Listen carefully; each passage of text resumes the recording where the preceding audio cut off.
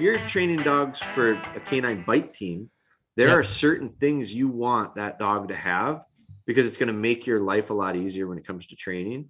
I'm training dogs for the field. There are certain things that I want. The nicest, sweetest dog in the world that doesn't know how to use its nose well. Like, they all have good noses, but some of them use them better. And so the dogs that have the best noses, the best natural game finding ability, they really rank highly in my list of boxes to check. Yeah. So I'm looking at certain things. Dogs that have very natural retrieve, for me, that ticks a box pretty high. Like, I want dogs that have that. Nice mouths are very, very important to me. Because when it comes to the training part, I don't have to train that part. Like, if they have it, we don't have to build it. Yeah. If they have it, we just shape it. And so all sorts of stuff like that. It's important to realize, again, that's just some of the variables that are involved with this. And so when you start thinking about, now, one thing I do want to make a point, because I thought of it a little while ago when we were talking, and I apologize for going so long here, but one of the things that I think is important to make a point of to listeners is, I don't want someone to listen to this and come away from it going, this is so complex. This is so confusing and so much and so overwhelming. Because yes, it is, but we're putting a bunch of shit we're at an hour and 50 minutes on my talk, right? You put a whole bunch of stuff in this bucket, and that's not the way we should do it. You shouldn't take it all in one podcast. Mm-hmm. So yes, there's a whole bunch, and we're touching on lots of stuff, but I want to make sure that people realize training dogs is simple. Mm-hmm. The more simple we make it, the better it is. So, like, you have to understand big picture stuff on a macro level.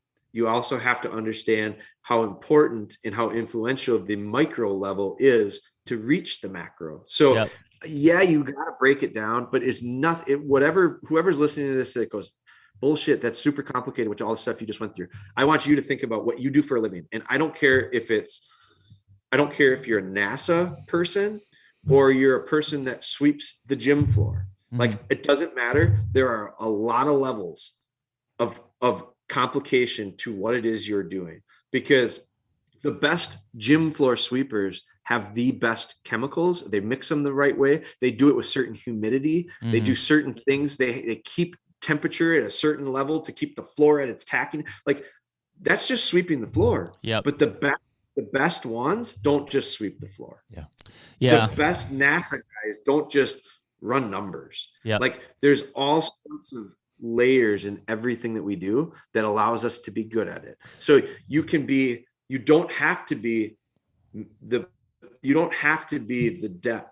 deepest person in it, but you can't be on the surface either and expect to get good results. Yeah. I think obviously I'm not a dog trainer, but the things that I've found that work very well in its simplest form, somewhat like being a parent. Number one, show up, like, be around your dog, interact with your dog, form a relationship. Like, Twain knows that I love him, but he also knows that I'm the authority as well. Sure.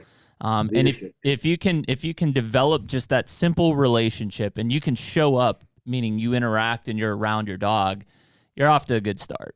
From there, it becomes that working relationship, to iron out the details of what their strengths or weaknesses are and what your strengths and weaknesses are. But I think a lot of guys... And they'll show you what that is. Well, and I think a lot of guys, unfortunately, expect to open up the truck door and just like, okay, dog, do your thing. And it's like, it's not going to work like that. And when it runs off, it's because you haven't established a connection of recall there, that it knows your authority and it wants to come back to you, right? If you're aggressive to it, sure shit doesn't want to come back to you because it's going to get its ass beat. Right. It's just a weird thing, man. And it is, you're right though. It's not hard.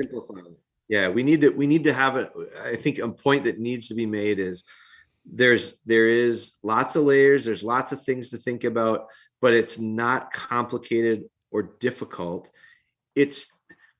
Here's one of the best analogies I think I can make is weight loss, because I struggle with it and a lot of people do. Okay. So weight loss, fitness type stuff. Fitness and weight loss is a complicated world that millions of people are involved with as an industry. It's important. It's our health. It's not complicated. It's simple. You burn more calories than you take in, you'll lose weight. Like, that's easy. It's a very mathematical thing. It's a very understandable concept for people. Burn more calories than you take in, weight will go away. Let me ask you how easy that is, because I know how easy that is. I know how easy that isn't. And so there's all sorts of challenges that make it very difficult, but it's not complicated. No. And so I think dog training is like that. There's a lot of things that can make it seem complicated, but it's not. It's relatively simple, but you have to have a basic understanding. You have to have a willingness to do it. Like, it takes execution. And that goes back to, I think, full circle, kind of brings us back to, what are we doing? What is our business doing?